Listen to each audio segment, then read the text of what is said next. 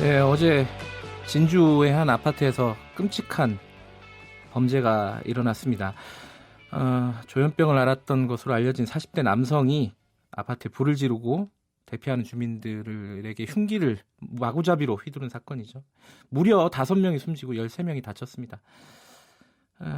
이 사건 취재한 KBS 진주방송국 차주아 기자 연결해서 먼저 현장 분위기 좀 들어볼까요? 차주아 기자 나와 계시죠? 네, 나와 있습니다. 어제 진주 아파트 취재를 직접 갔다 왔나요? 네, 제가 아침부터 제일 예. 먼저 도착해서 취재를 하고 있었습니다. 그 아파트 분위기가 굉장히 뭐라고 할까요? 좀 표현을 잘 못하겠네요. 어땠습니까?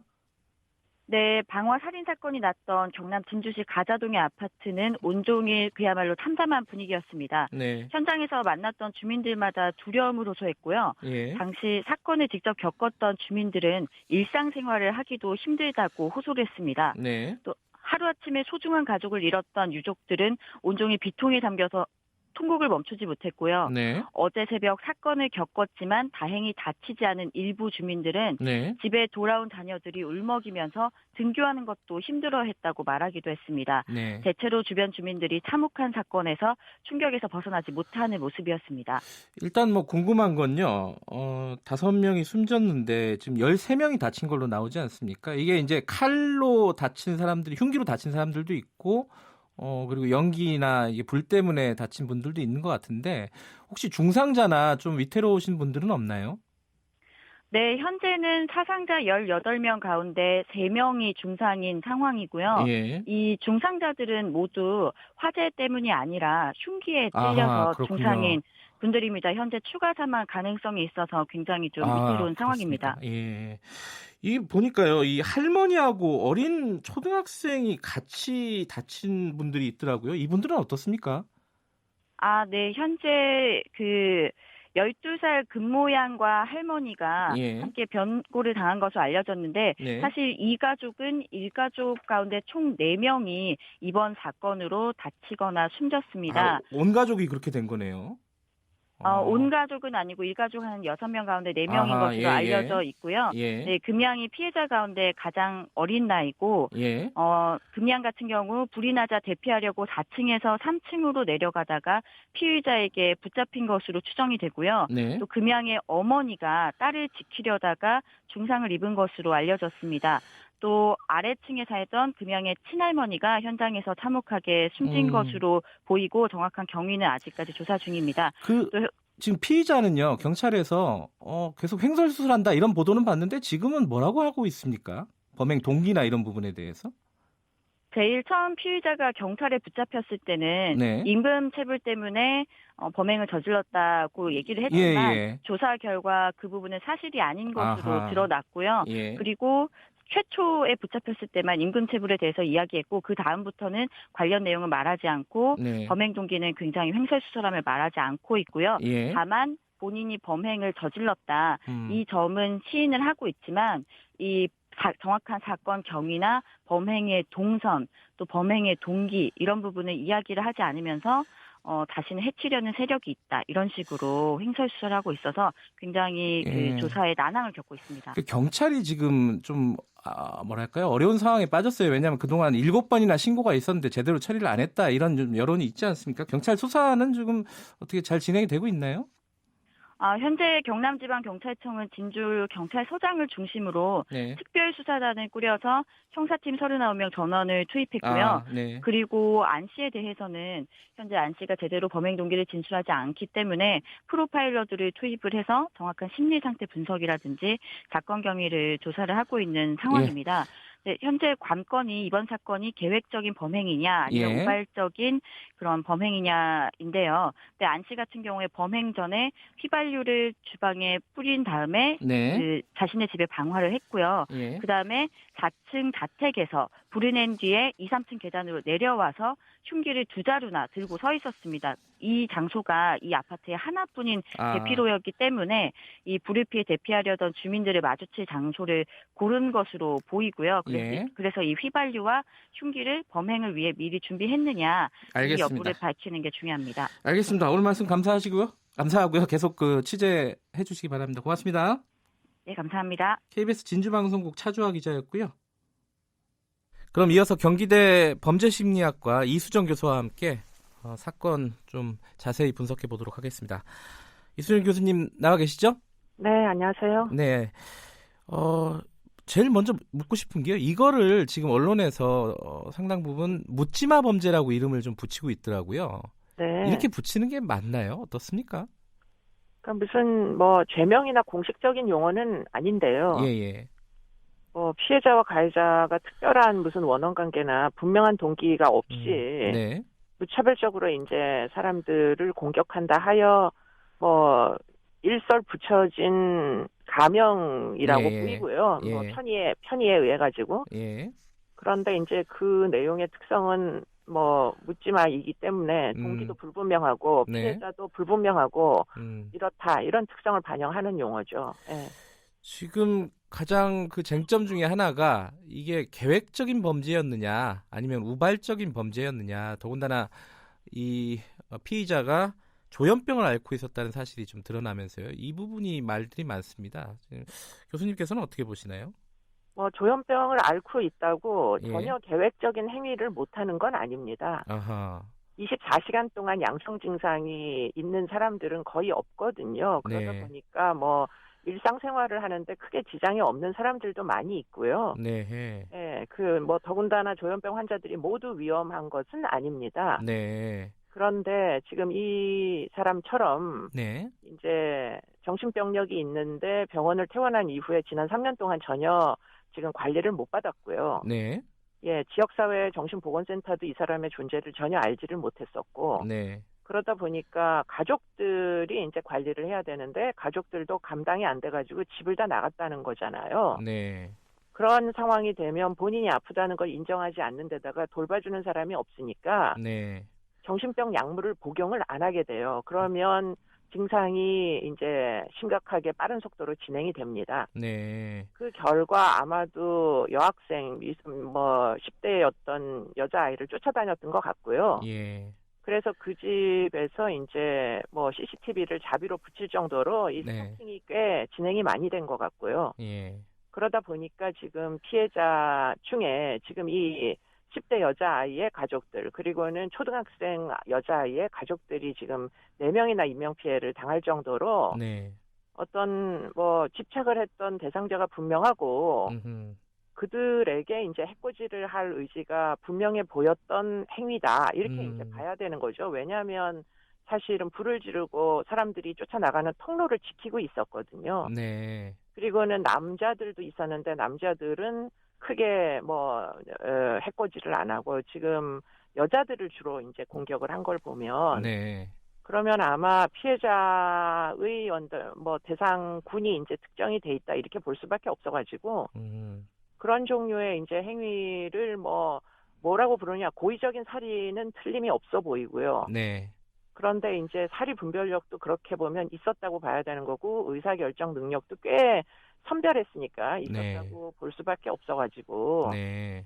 지금 이제 그 두 가지를 이제 충족을 못 시키면 심신미약을 인정할 수밖에 없는 상황이 되는데 네.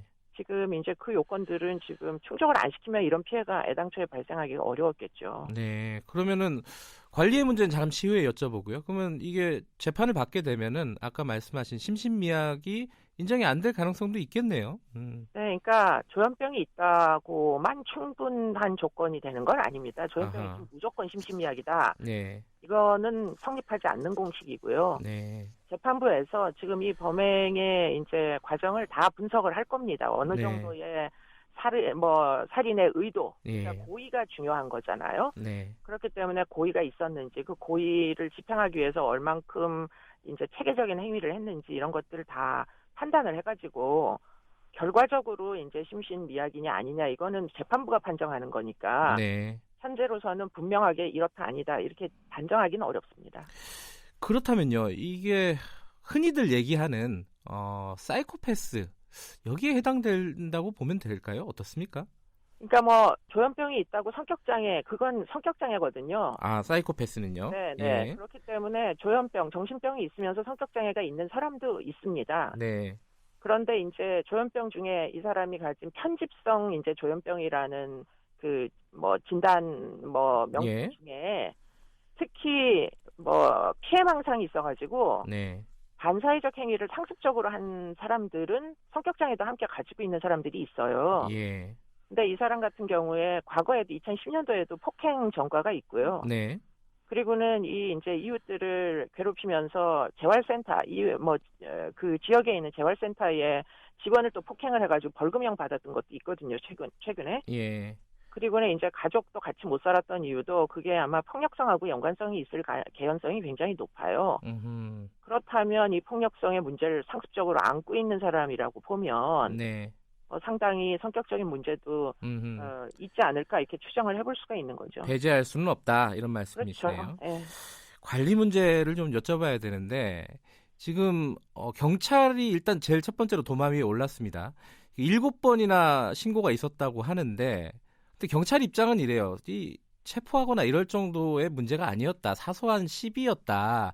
그래서 어떻게 할 방법이 없었다는 게 경찰의 변명인데 이 경찰의 책임을 어디까지 봐야 될까요?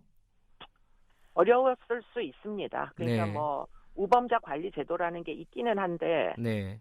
뭐 중대 범죄인 경우에 우범자로 편입이 되다 보니까 네. 이 사람의 정신병력을 그런 위험한 이제 뭐 정신과적인 증상 중에서도 위험한 유형에 속한다는 걸 몰랐다면 네. 그렇다면 이제 사소한 이제 범죄들이니까 경계심을 갖지 않고 그냥 주민들의 그냥 그렇고 그런 민원에 불과한 것이다 이렇게 생각했을 수는 얼마든지 있죠. 그렇기 네. 때문에 뭐 지금 무조건 경찰에게만 책임을 묻기도 어려운 게 네. 경찰이 만약에 이 사람의 과거력, 예. 이제 국립법무병원의 정신감정까지 받았던 폭력 전과가 있다는 사실을 예. 만약에 확인을 하거나 또는 이제 정신과적인 어떤 병력을 확인할 수 있는 길이 있었다면 네. 그렇다면 위험이 이제 스토킹이 점점 심해졌잖아요. 네. 그렇기 때문에 그런 과정 중에 위험이 발생할 수도 있겠거니 하고 예견을 할 수 있었을 텐데 아무런 정보 열람권을 안 주고 네. 경찰이 전문가도 아닌데 위험을 예견하라고 요구하는 거는 사실은 경찰 입장에서는 쉽지 않은 일이고요. 그렇다면요. 두 번째로는 보건당국이 이 조현병 환자라든가 이런 쪽을 관리를 어떤 방식으로 하고 있고 무엇이 지금 부족한 상황이라고 보는 거죠? 지금 이제 정신보건 시스템의 구멍이 제일 큰 문제라고 보입니다. 네. 치료가 필요한 사람이 분명하잖아요. 네. 치료를 받지 못했습니다. 3년 동안이나. 네. 원래 보건복지부에서 이렇게 이제 정신질환이 있는 사람들에 대해서는 정신병 이제 병원에서 치료를 받던지 아니면 태어난 이후에는 지역사회 정신보건센터에서 진료를 이제 받도록 하고 정신보건복지법을 개정한 거잖아요. 네. 근데 진주시에 있는 정신보건센터에서는 이 사람의 존재 자체를 몰랐다는 겁니다. 네. 근데 이 사람은 정신병원에 입원을 한 적도 있고요. 네.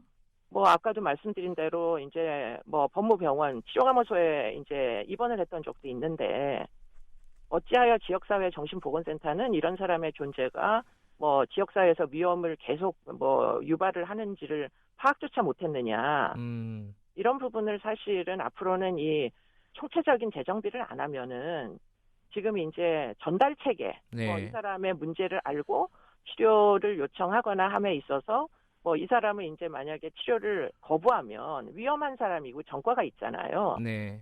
그러면은 치료를 강제하기라도 해야 되는데 지금 너무 이제 그런 부분이 취약하다 보니까 아마도 약을 계속 복용했으면 이런 사건이 안 일어났을 수도 있습니다. 근데 이제 그런 부분 메꿔야 되는 거죠. 지금 현행 시스템에서는 아까 말씀하셨잖아요. 지역의 보건센터는 이 사람의 존재 자체를 모르고 있었다. 네. 그러면 현행 시스템에서는 그게 지역 보건센터로 전달이 안 된다는 건가요? 아니면은 요번에 한해서 문제가 있었다는 건가요? 전달이 안 된 겁니다. 왜냐하면 본인이 동의를 하거나 자발적으로 찾아가는 환자만 치료를 해주고 있어요, 지금. 네. 그러니까 이렇게 병식이 없고 위험한 행위를 주민들에게 계속하는 이런 그야말로 가장 고위험군인 이제 극소수는 사실은 관리가 안 되는 거죠. 본인이 아프다는 걸 인정을 안 하니까. 지난달에요. 임세원법, 그러니까 병원에서 난동을 부린 조현병 환자 때문에 이제 네네. 법이 만들어지지 않았습니까? 통과는 됐는데 아직 공포는 안 됐어요. 이게 좀 시행이 되면 아직 1년 남긴 했지만 시행이 되면 좀 체계가 잡힐까요? 어떻게 보십니까? 그러니까 이제 본인의 의사에 반해서 이제 치료를 받도록 할 수 있을 거냐 없을 거냐. 네. 이게 여러 가지 논쟁이 있습니다. 이 이제 어떤 판단을 네. 지자체의 장이 한다거나 또는 정신과 전문의들이 하는데 불신을 하는 사람들이 틀림없이 있어요. 그렇겠죠. 남용이 됐었기 때문에. 네. 그렇기 때문에 외국의 경우에는 법원에서 선고를 합니다. 멘탈 헬스 코트라는 게 있어가지고 네. 지금 이렇게 지역사회에서 사소한 스토킹이나 이런 예비적인 이제 어떤 행위들을 한단 말이에요. 예. 주변에 위해를 가할 수도 있는 네. 그런 사람들은 결국은 재판을 받겠죠. 지금 네. 이 사람도 폭행으로 벌금 전력이 있으니까 금년도 초에. 예. 그러면 그런 이제 재판을 받을 때 정신과적인 감정 같은 거를 해가지고 왜냐하면 정신병력이 있으니까 법원에서는 열람을 다 할 수 있잖아요. 네. 그러니까 법원에서 치료를 강제한다 이렇게 선고를 하면 네. 굉장히 타당하게 뭐 남용 없이 정확하게 할 수가 있는 그런 제도가 있기는 합니다. 근데 네. 지금 현재 개정안에 그게 포함되어 있지는 않습니다. 아, 그래요. 아직도 좀 시스템을 정비할 부분들이 남아 있다 이런 말씀이시고요. 그렇습니다. 마지막으로 하나 짚고 넘어가야 될 건 아까 말씀해 주셨는데요. 조현병을 앓고 있는다고 해서 반드시 범죄자는 아니다. 이건 대다수는 위험하지 않습니다. 예. 다만 관리의 문제다 이것은. 그렇죠. 네. 그리고 조현병 자체가 그 폭력 범죄의 원인도 아닙니다. 네. 문제는 관리를 못하는 부실한 시스템이 문제인 거죠. 네, 알겠습니다. 오늘 말씀 감사합니다. 감사합니다. 경기대 범죄심리학과 이수정 교수님이었습니다.